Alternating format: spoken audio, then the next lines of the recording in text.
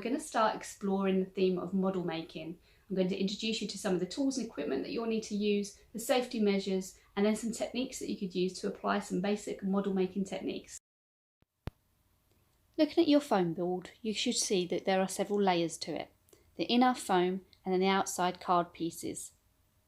This is what makes it so great for model making.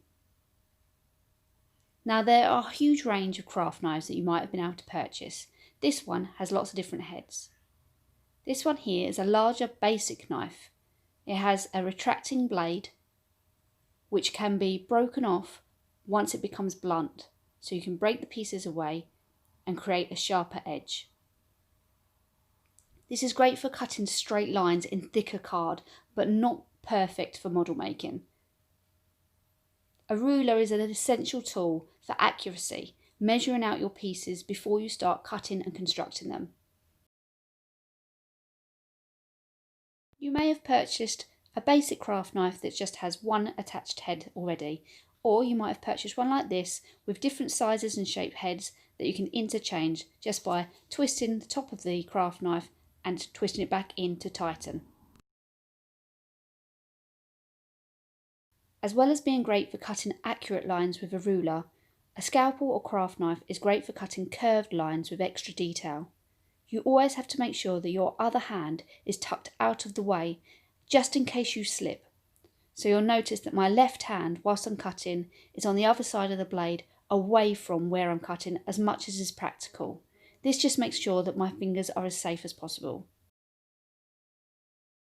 Another reason that foam board is so versatile is that the extra layers mean that as well as cutting the card, you can score the card.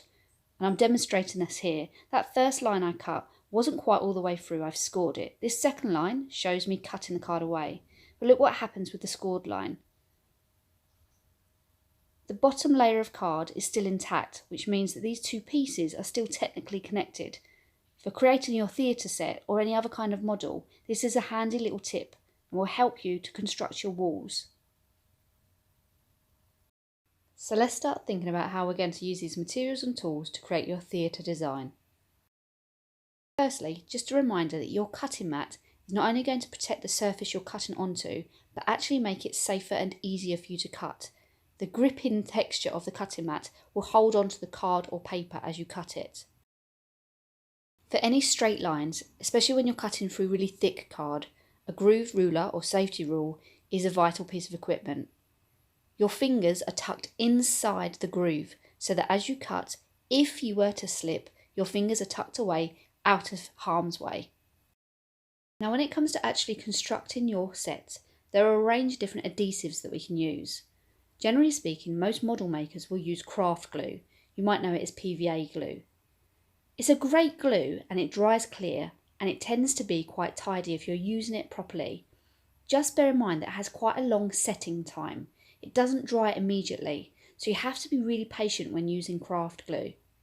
You may have to construct your set in stages, doing a couple of walls at a time, propping it up against other objects to allow the glue to set. Like I say, you'll need a lot of patience if you're going to use crafting glue, but there are some alternatives.